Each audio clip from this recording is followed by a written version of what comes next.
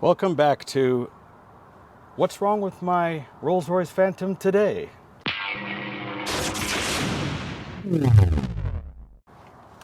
For those of you who've been following my channel, you remember when I picked up this 2006 Phantom in Sacramento and I was driving it back all the way to Dallas and drove it through California and whatnot. This little chime kept popping up on the dash that says, "Warning, electrical fault. Drive carefully." The guy I bought it from told me, he says, it's something wrong with the back door. And I'm like, how could that have anything to do with it? Well, the door system on the Rolls-Royce is pretty complicated. And there's a lot going on inside these doors. You have a module that, you have this computer module here that I was planning to replace. Everything in this car has its own module. Every seat, every door, everything that operates has a CAN bus interface. And what was happening is every time I would take off, I would hear this little tick, tick, tick, and then chime would come on. And it was coming from back here. Now, there's a motor that operates the window up and down and a motor that closes the door. And then there's this module here, which I can go ahead and take off, which I've managed to remove. Really? Seriously? Are you kidding me?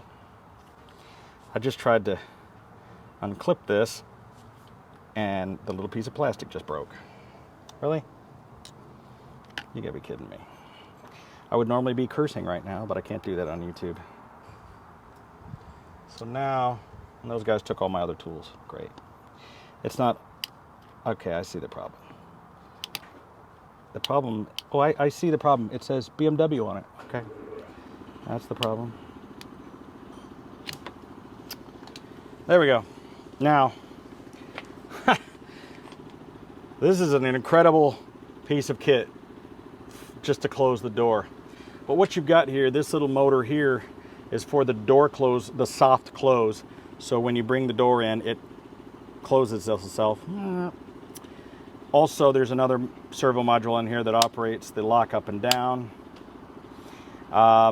And then you have some other sensors and things going on in here.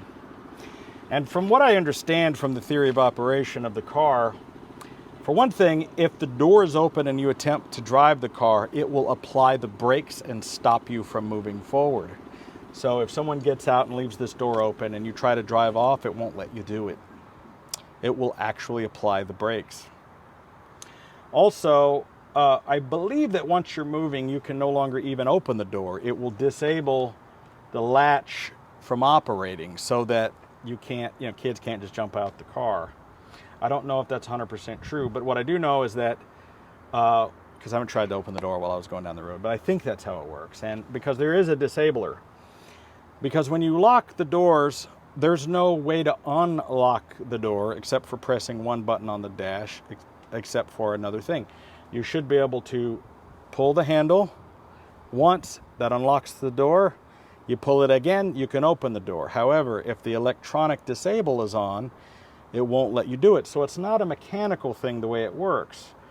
If the disabler, the child lock, is on, it won't allow this to catch. So I believe that what's happening inside here is that every single time the car comes to a complete stop, before it moves again, it checks to make sure that all the doors are both closed and that they are in fact locked, even though they're not locked. And the little tick, tick, tick that I hear in here is the solenoid or whatever that is the disabler is probably not working. And it's pissing off the system and it's sending that chime. So what we're gonna do is, since I happen to have a spare Rolls-Royce, I have the 2004, we're just gonna rob the one out of the other car since I know it's good and swap it and see what happens. And then I'm gonna order a new one of these from England, from Scuderia Parts website that I go to.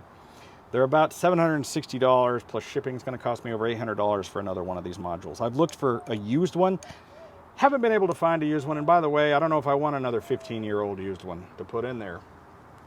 So I'm going to order a new one, and since it's going to come from the UK, it's going to take a few weeks, and otherwise I wouldn't be able to use the car. I wouldn't even be able to close the door. And I don't want to put this back in because it's bad. So that's what we're going to do. We're going to swap it out with the other one.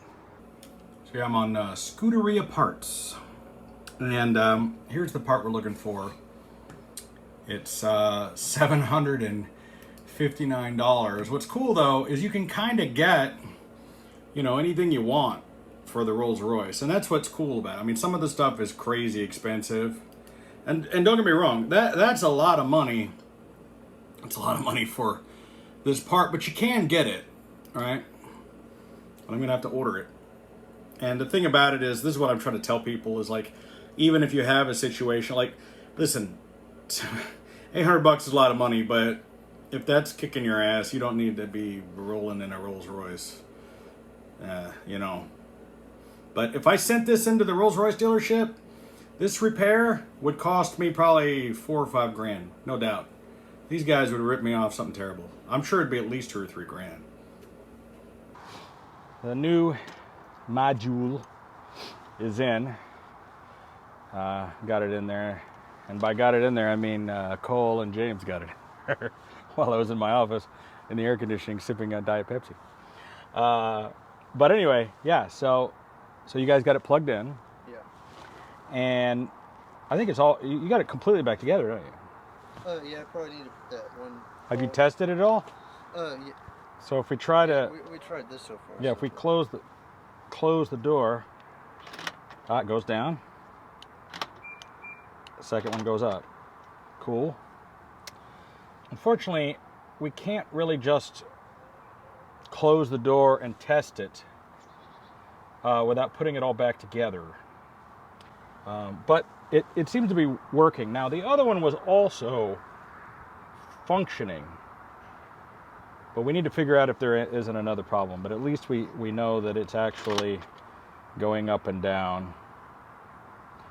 That should unlock and stay unlocked. That should go up and stay up. Well, I guess because it's not locked. Okay, so hold on. If I lock it, it's not going to lock it because I have to hold this. Here, I'll hold that. Okay, you press that in. It's complicated. Okay. Wait a minute. That's in? Let me hold it better there. Okay, that's unlocked. Okay, locked. Now, when it's locked, I should be able to... Oh, I know why.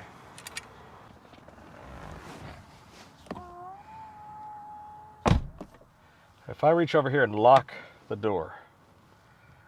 Look at there. So apparently, only if you lock the door yourself manually without using the module, you lock the door, you may choose to unlock it and then get out. But if the driver locks you in, you can't get out unless he lets you out with the remote.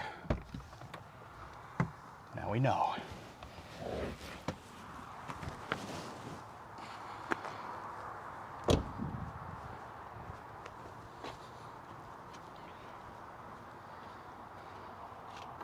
I think what we need to do is put the car back together. Okay. That nut's not in there. Don't forget that. The bolt for the window. So there's just nothing else we can do right now than to just put it all back together, drive it. Okay. Got the door back together. We're gonna find out if this worked in 2 seconds. I don't think I need to. I'm gonna try locking the door.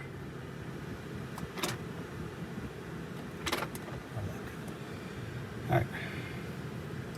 I'm afraid. Drive.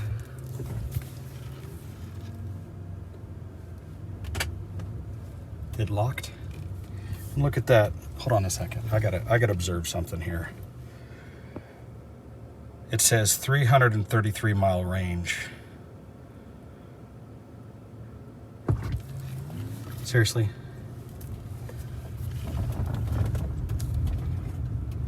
Thank you, Dime. Thank you, Benny.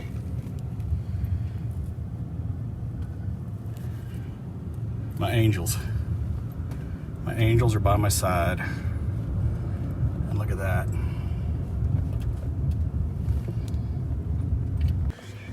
So for those of you who know me and know my channel, you know I used to work for Vinnie Paul from Pantera.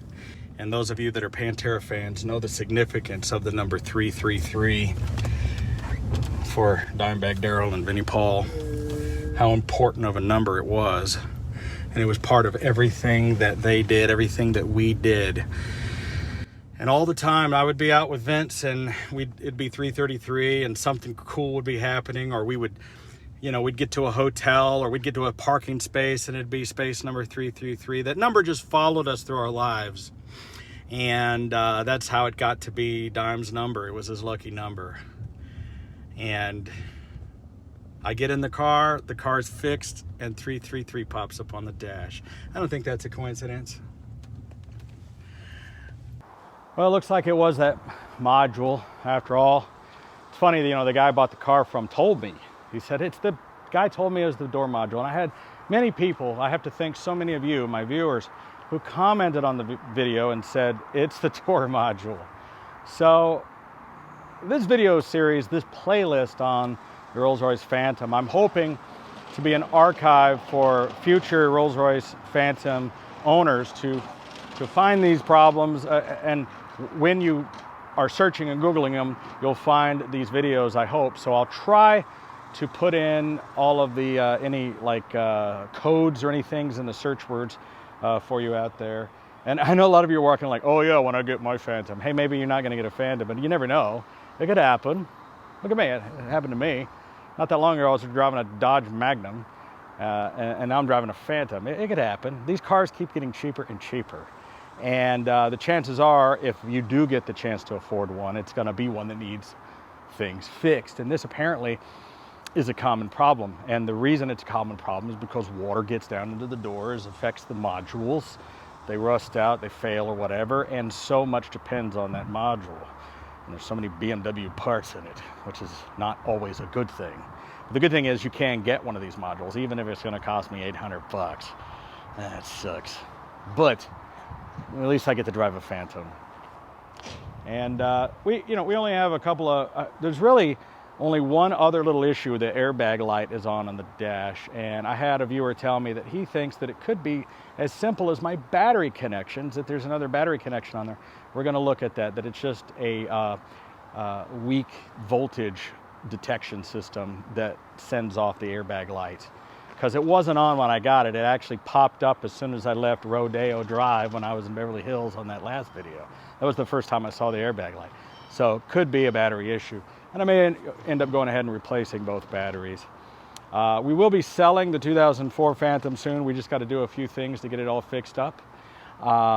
And it's going to go for sale. I don't know the price yet. Depends on how much money we've got to spend on it. But I want to make sure the car is as right as we can before we let it go. And I know people, every single video and every single comment ask me what's going on with the Knight Rider 2000 and with the Yugo. Working on doing a video on the Yugo very soon.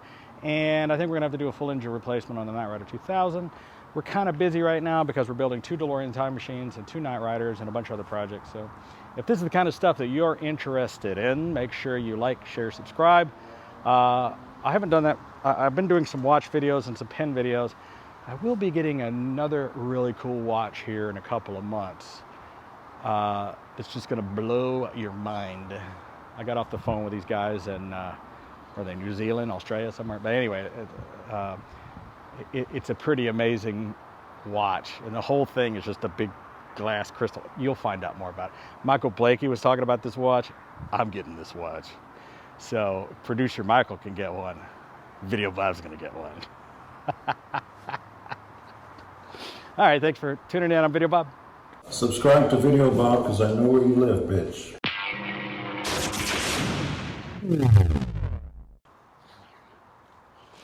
Do I have a booger? See any boogers? No boogers? No. I don't taste anything salty. It's okay.